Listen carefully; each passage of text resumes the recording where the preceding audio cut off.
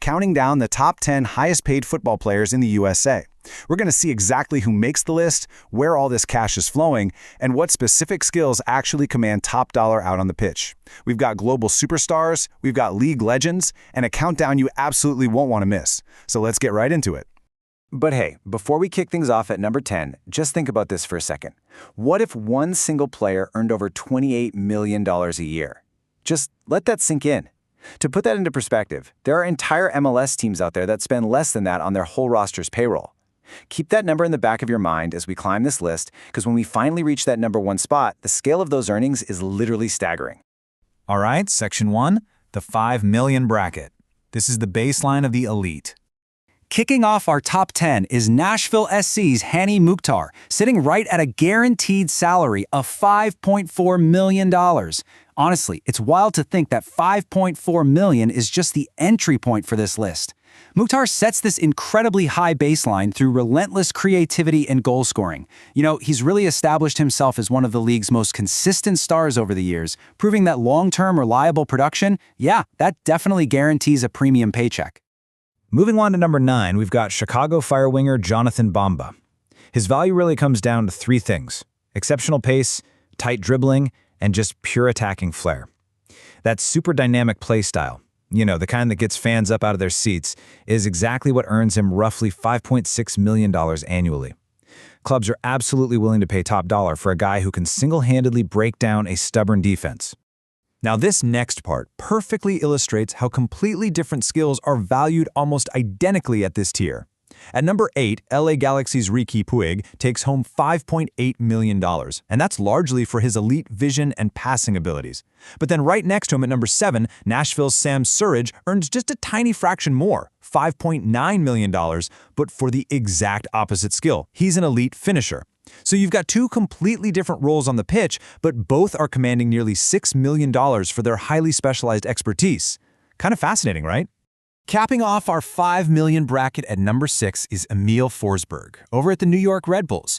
His main selling point? Bringing world-class experience to MLS. Experience is a massive, massive currency in this league. His European pedigree, which he built up from years of playing at the absolute highest levels, guarantees him an even $6 million in compensation. Moving right along to Section 2, approaching 8 figures. This is where international reputation really starts to drive up the price tag. Okay, now we're seeing a massive salary jump as we hit numbers 5, 4, and 3 on our countdown. At number 5, Miguel Almiron commands nearly $7.9 million. Then, we see an enormous leap to number 4, with Mexican superstar Hirving Lozano making $9.3 million. And then, almost touching that magic $10 million mark at number 3, Rodrigo De Paul brings in around $9.7 million every single year. So, why are teams like Atlanta, San Diego, and Inter Miami paying these massive premiums? Well, Almiron brings elite speed and just a relentless work rate to the field. Lozano pairs explosive pace with a massive global reputation that draws in a whole new audience. And De Paul's near $10 million tag? Well, that buys you total midfield control and, crucially, World Cup winning leadership. You aren't just buying physical output with these guys, you are buying pure pedigree. Which brings us to Section 3, breaking 10 million. We have officially reached the absolute elite tier of the 2026 money map. Sitting firmly at number 2 is LAFC's monumental signing, Son Heung-min. As one of Asia's greatest ever footballers, his guaranteed annual compensation sits at over $11 million. His arrival instantly became one of the biggest, most impactful signings in MLS history. You're looking at an elite talent who completely bridges global markets, and that $11 million figure directly reflects his immense status, both on and off the field. But hey, do you remember that massive number I mentioned at the very beginning of our explainer? Think about this contrast. You've got Son Heung-min, an absolute global icon, making just over $11 million.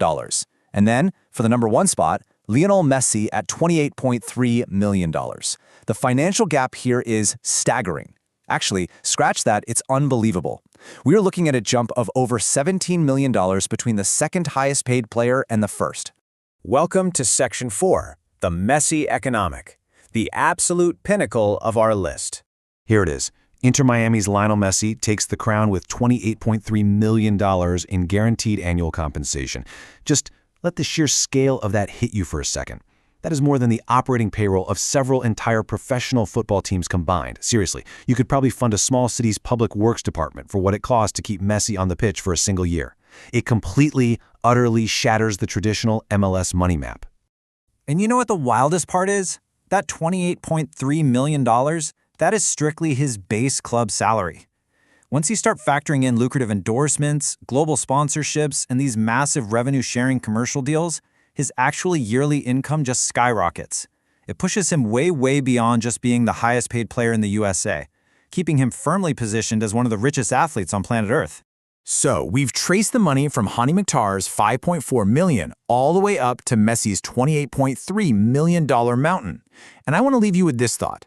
Looking at this massive wage gap, is the Messi economy worth every single dollar for the league? Or could that money be better spent building out deeper, more balanced rosters across the board? It's definitely something to think about. Let us know what you think. Thanks so much for joining me for this explainer, and we'll see you next time.